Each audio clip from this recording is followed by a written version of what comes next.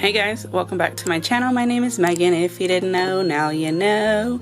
And as you also know, we are going to do some water marbling today with a jelly stamper. So what you will need, you'll need a little cup of water. This is a disposable medicine cup. I find that when I water marble, whatever container I'm using is ruined. It's about to be covered in polish and you ain't gonna be able to fix it. So I got some disposable cups. Now it is a small dipping area and you can always do the regular way and just stick your finger straight in.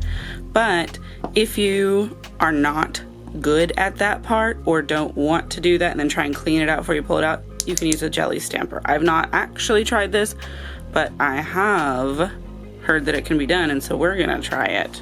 The star of our show today is gonna be Hollow Taco. These are from the original Rainbow collection. We have purple slushy, magenta jelly, and red licorice. I thought maybe a nice berry color story would be beautiful this time of year. So let's give it a go. We've got our water and I've got a toothpick. I can throw this away as well once it's covered in nail polish. And this in here, it is just water. So if you're not familiar with this method, you don't need a special liquid. And you just take your nail polish, you want enough on your brush that it's gonna do a drip. You get that applied in there and it's gonna spread. That's what it's supposed to do. This is not the most efficient way to use nail polish. It's a little bit wasty actually in some opinions. So just bear that in mind. Try not to wobble your table too much. This one didn't have as much on it, so it's taking forever to drip.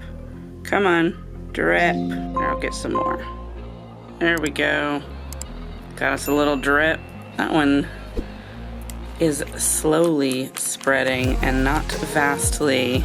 Christine, if you see this, I know how you feel about water marbling. But these colors are absolutely beautiful, and I think they're gonna be perfect. I wish it would spread faster, but it's like it's trying to dry up. Let's put some more purple in there. And then some more of this one. We'll force it to spread if we have to.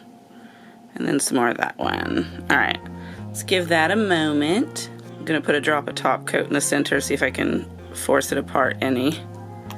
Yeah, that's interesting. Let's put some more colors. Oops, I did some drips. Come on.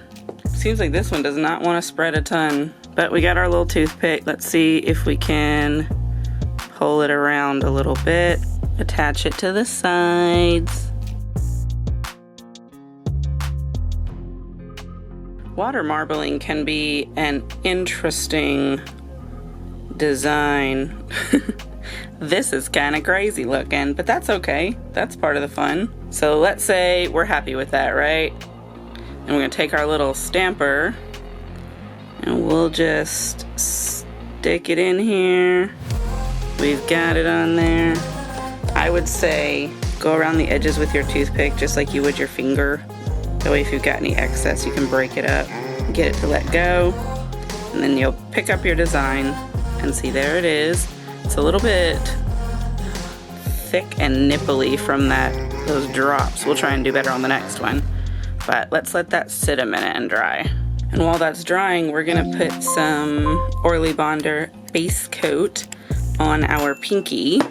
We're gonna need a nice and sticky type surface for that paint to stick to. And this one does make a really sticky base coat, so it should help it stay. I am gonna just do the one at a time though, because I don't want them to over dry or pick up cat hair and stuff while we're working between them. And I'm gonna have to take this apart and like clean it because I'm getting polish on the plastic, and so that doesn't wipe off. I did go around the edges a little bit though and like separate the polish from the plastic.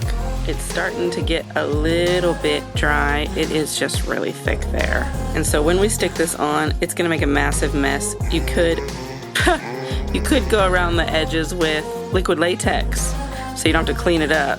Or you could do what I've done and mess this up all together. But I'm gonna just start up here and push this down and on so that it picks that up. Guess we're gonna need some from up here as well. Yes, that looks terrible. Wonderful. All right, well, I went around it a little bit and cleaned it up. It's still a little bit of stains, and it looks like we didn't get enough all the way on the edges here, but that is our first and practice run. Now we've got to clean this off. The best way to clean a jelly stamper is a lint roller, but I left my lint roller in the other room, so I just kind of like wiped it off onto a napkin, which worked this time. If it becomes an issue, I'll go get the lint roller. All right, let's go again. We try not to knock these into each other. I'm putting things too close together. All right, so boop. We're gonna be faster about it. Maybe they'll spread more evenly. Ah! Well, guess that one's gonna be an interesting design once it spreads out. So it seems like when I put the top coat in there, while it helps it push it apart, that's where the paint doesn't want to spread so much anymore. That helps a little bit, I guess. Kind of weird. All right, well, let's stick it to the side. Stay. You're not sticking. It's like a little monster. Well, I guess that's the pattern we're getting. Let's pick it up. Uh-oh, it's trying to slide around. Guess we can accept that. Maybe it'll help it thin out. It started to dry a little bit, that it's not sliding around as much, but it is still super thick. Let's see what we get when we try and transfer this on here. Of course, there's gonna be a whole bunch of cleanup. Ew, it is sliding instead of rolling on. At this point, it's like the water is not even useful. We're just doing stamp marbling, which is a thing where you just put the paint straight up on here. We're making a terrible mess, did you know? And I dropped this into a pile of paint, so I'm definitely gonna have to clean this. Let's try just putting the paint on here and then smushing that around. Let's see what happens. And then we'll take our toothpick. It definitely does not glide. Maybe if you just kind of, I don't know, guys. Maybe hollow is just not great for water marbling, because I've done water marbles with creams before and it's not been near this difficult. I just smacked my nail into a box. Let's stick some of this on here. I know that when you do this, you just kind of, but like, I'd like to not make a huge mess. Probably gonna. Well, it's on there. Let me clean it up. Well, we've got 3 nails painted, but they're kind of interesting. Let's try the water again. Maybe we'll wait a little bit longer between drips. Give it some time. I think what we've got here can hardly be called a marble because it's more like a smush. Oh, wobbling it helps it spread. Well, we've got us a little bit of a design going there, at least. Let's stick this in, do a little twist. That one is much thinner and more marbly looking. We've done a better job on that one. Funny how we're learning so late in the game. Don't forget your sticky base coat. I just shook the hell out of this to sling some of the water off. It seems to have helped a little, and so does blowing on it. Otherwise, you're gonna wait forever for that to evaporate. It's having some trouble staying in some of the areas. There, we got some.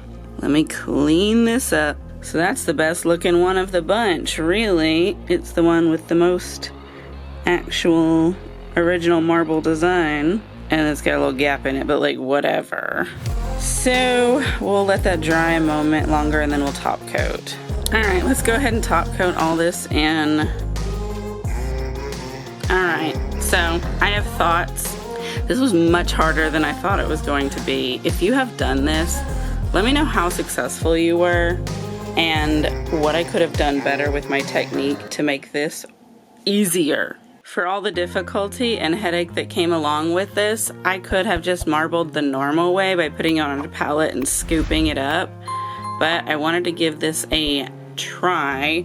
I'm definitely gonna have to improve my technique if this is gonna be a method for me. I'll get you some photos. Hopefully you can see The variation in color, I know that I can see it a little bit in real life, but these colors are pretty similar, which I thought would go well together, and it does, but it does make it more difficult to see the distinct differences. Thank you guys for your interactions, your likes, your comments. It definitely helps the algorithm, helps my channel. Make sure you are subscribed.